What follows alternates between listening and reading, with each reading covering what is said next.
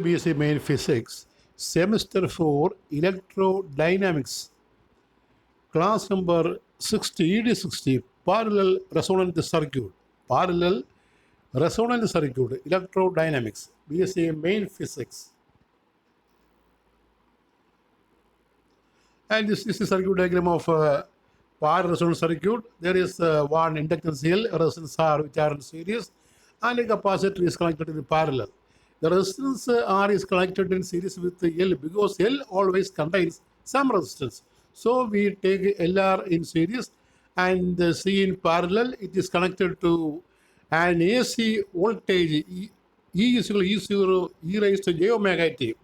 An alternating EMF E is equal to E0 e raised to j omega t is applied to the parallel LCR circuit, and this circuit is called parallel resonant circuit.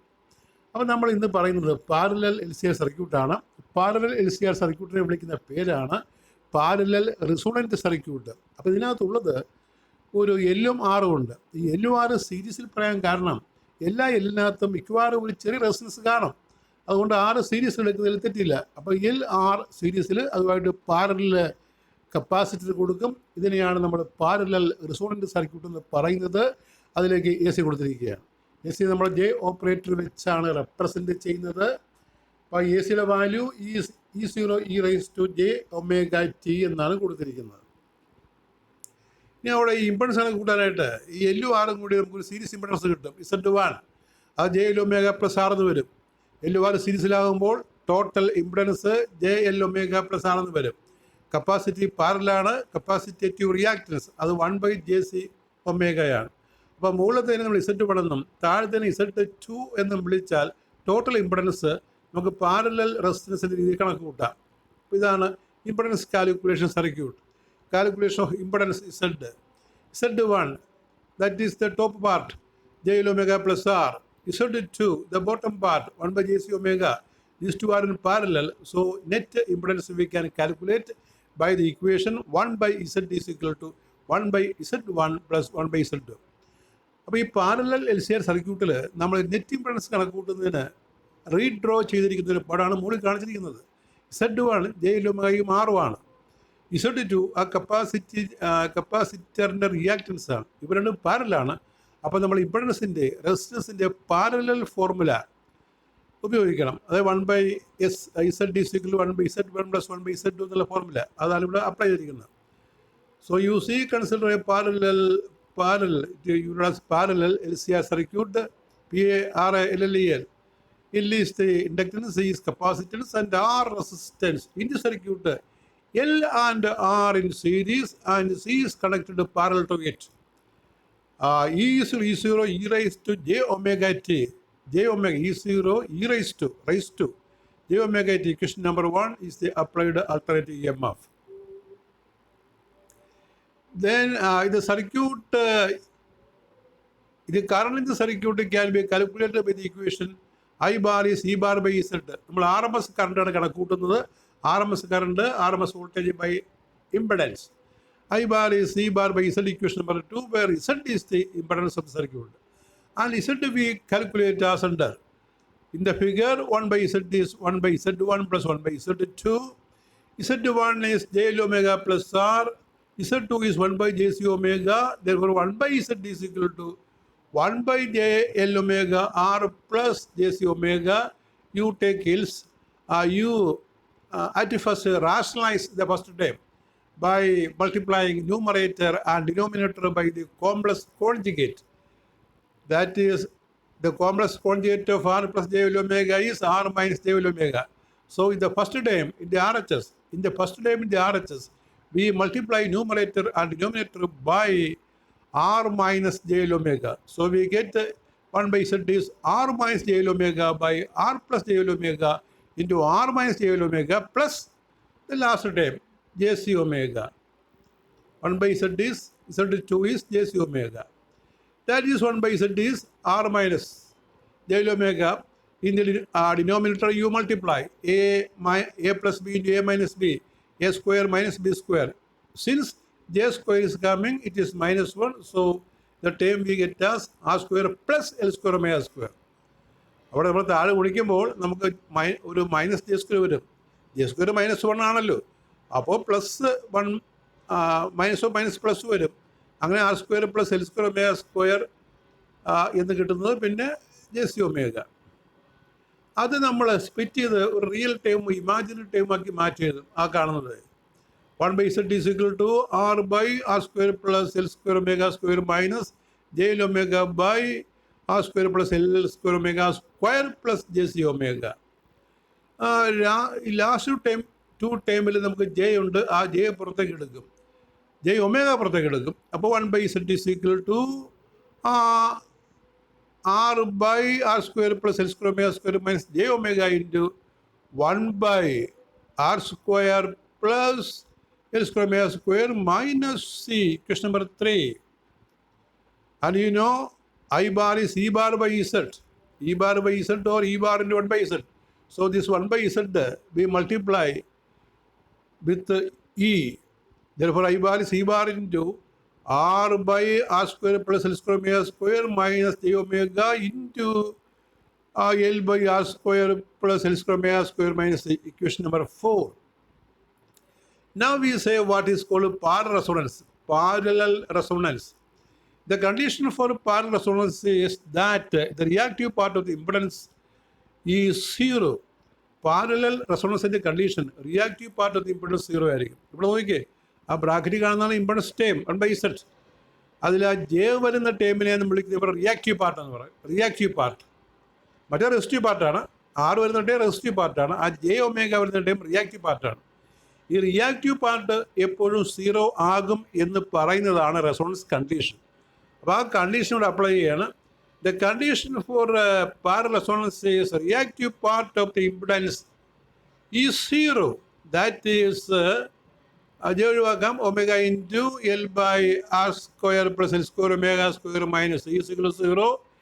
L/R² plus L² minus C is equal to 0. You multiply by R² plus L², that is L minus C into R² plus L² is 0. L minus C R² minus bracket is removed. C L² is 0. That is L minus C R². Omega term is taken to the right side. L minus C R² is C L² ω². That is ω² is L by C L² minus C R² by C L² is equal to 1/LC. 1 L will cancel in the RHS. And also we get to minus C will cancel, R² by L². So omega is root of 1/LC. This is ω². So omega is root of 1/LC minus R² by L². The frequency of oscillation, therefore, F is ω by 2π. That is F is equal to omega root of 1/LC minus R² by L² by all by 2π. Equation number 5. If R is negligible, R² by L² can be neglected. We get F is root 1/LC by all by 2π. That is 1/2π root LC. This is same as the frequency, the resonant frequency in series LCR circuit. In series LCR also, the resonant frequency is this. F is 1/2π root LC. Equation number 6.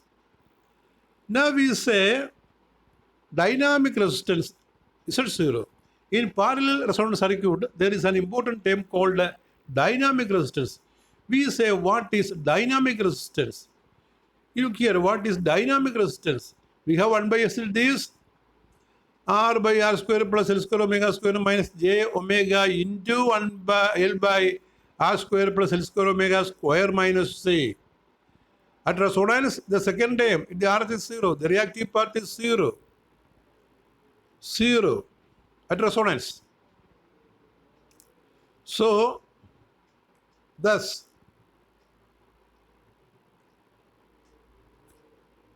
at resonance, the second term in the RHS is 0.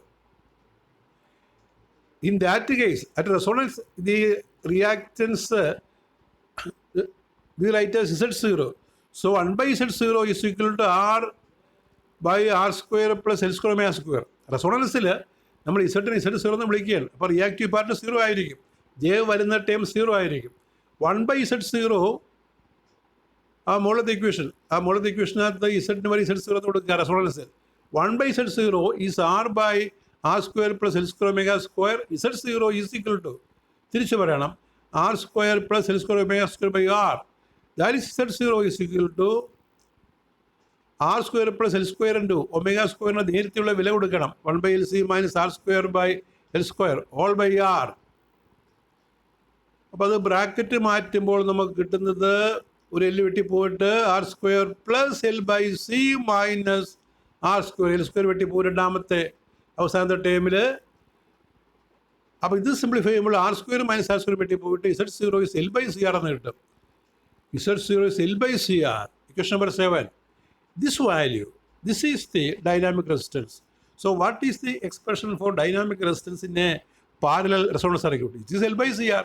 Very important term. Problem can be asked with the equation Z0 is L by CR. Dynamic resistance. What is the dynamic resistance of parallel LCR circuit? What is the dynamic resistance of parallel LCR circuit? It is Z0 equal to 1 by L by CR. Equation number 7. Dynamic resistance, which is the impedance at resonance. Therefore, I bar, resonance current I bar is E bar by Z0. That is I bar is E bar by L by CR. CR will go to the numerator.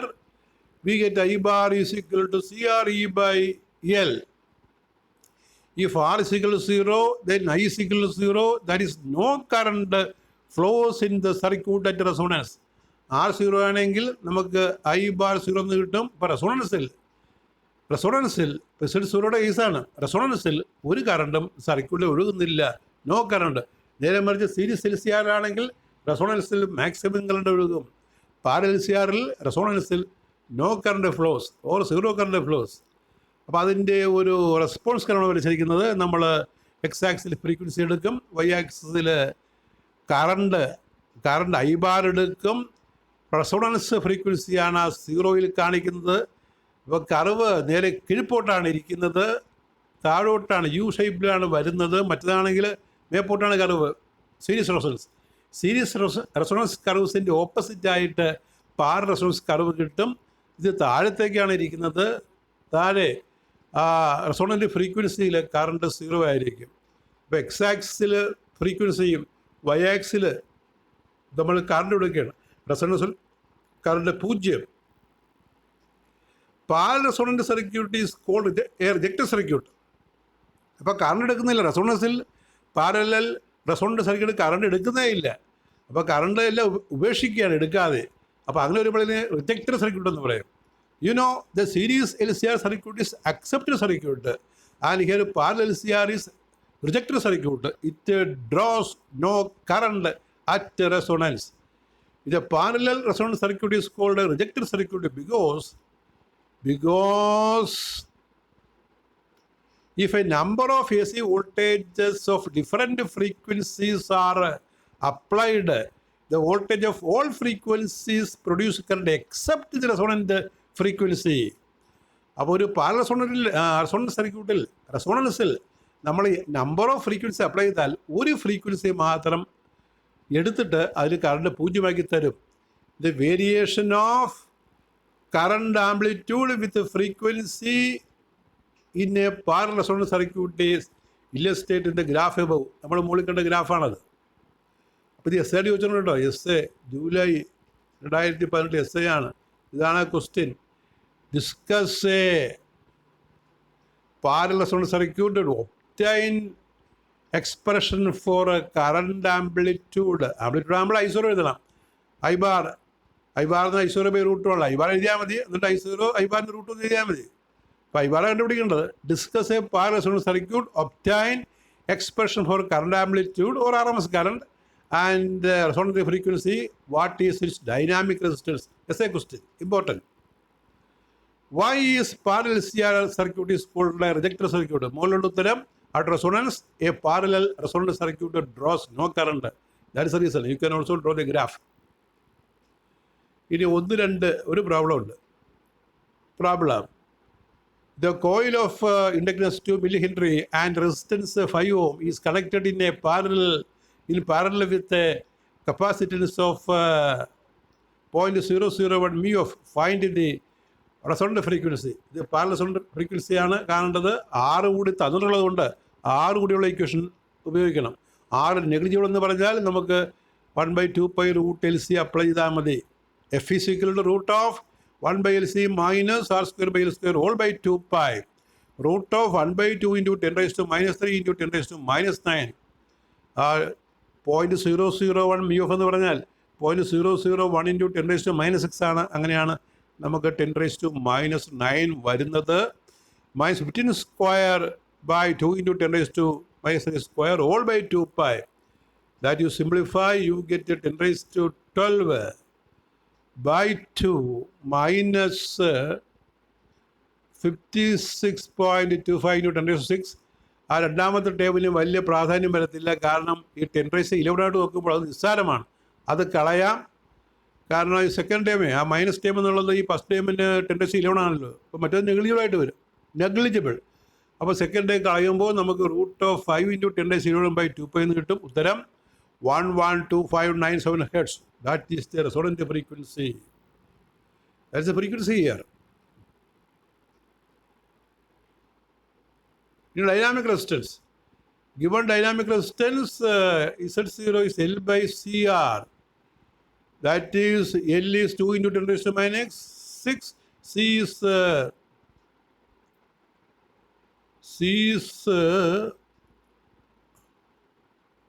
what is C? The C is given 0.001 mu of. So it is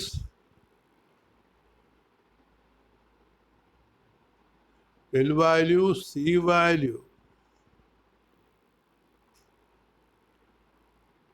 അതിൻ്റെ value ശരിക്കും നോക്കുക. ഇവിടെ C value 0.001 F ആണ്. L value 2 mH ആണ്. R എന്നുള്ള 5 ohm ആണ്. 5 ohm.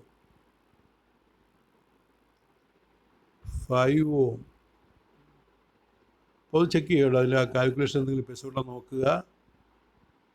എല്ലും സിയും ആറും. സി അവിടെ അല്പം മാറിയിട്ടുണ്ടെന്ന് തോന്നുന്നു. 6 മാറിയിട്ടുണ്ട്. അപ്പോൾ അതിൻ്റെ വാല്യൂ ഒന്ന് ചെക്ക് ചെയ്യുക. ഇത് വേറെ വാല്യൂസാണ് വരുന്നതെന്ന് തോന്നുന്നു.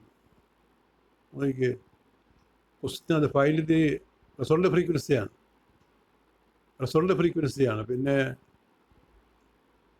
ഇത് ഡൈനാമിക് റെസിസ്റ്റൻസിൻ്റെ ഒരു പ്രോബ്ലം ആയിരുന്നു കേട്ടോ. അത് സെപ്പറേറ്റ് പ്രോബ്ലം. മറ്റേ പ്രോബ്ലം അവിടെ കൊണ്ട് തീരുകയാണ്. ഇവിടെ പ്രോബ്ലം നമ്മളതിൽ ക്വസ്റ്റ്യൻ വിട്ടുപോയതാണ്. നോക്കുക, ഈ ലാസ്റ്റ് സ്ലൈഡ്, അതിന് മുമ്പൊരു സ്ലൈഡുണ്ട്, ക്വസ്റ്റ്യൻ വിട്ടുപോയതാണ്. എങ്കിൽ ഇങ്ങനെ ഒന്ന് എഴുതിയാൽ മതി. Find the dynamic resistance of parallel LCR circuit with L is equal to 2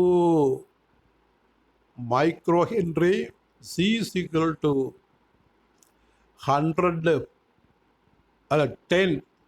PF and R is 100 ohm. അങ്ങനെ ഒരു ക്വസ്റ്റ്യൻ എഴുതിയാൽ മതി.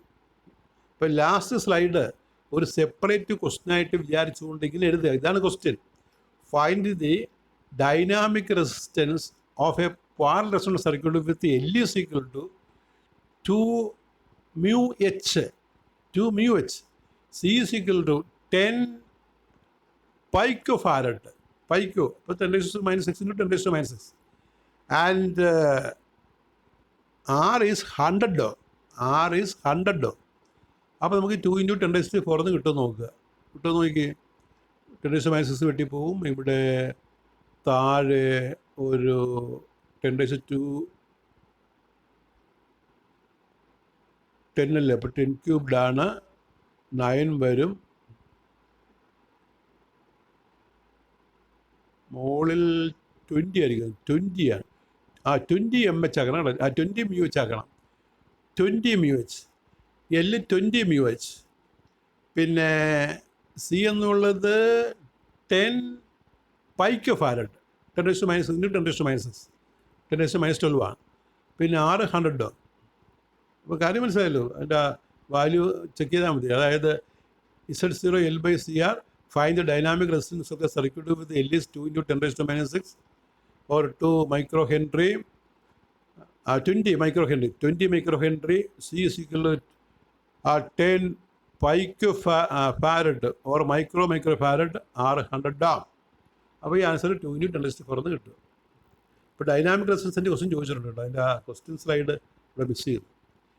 That is all. Thank you very much.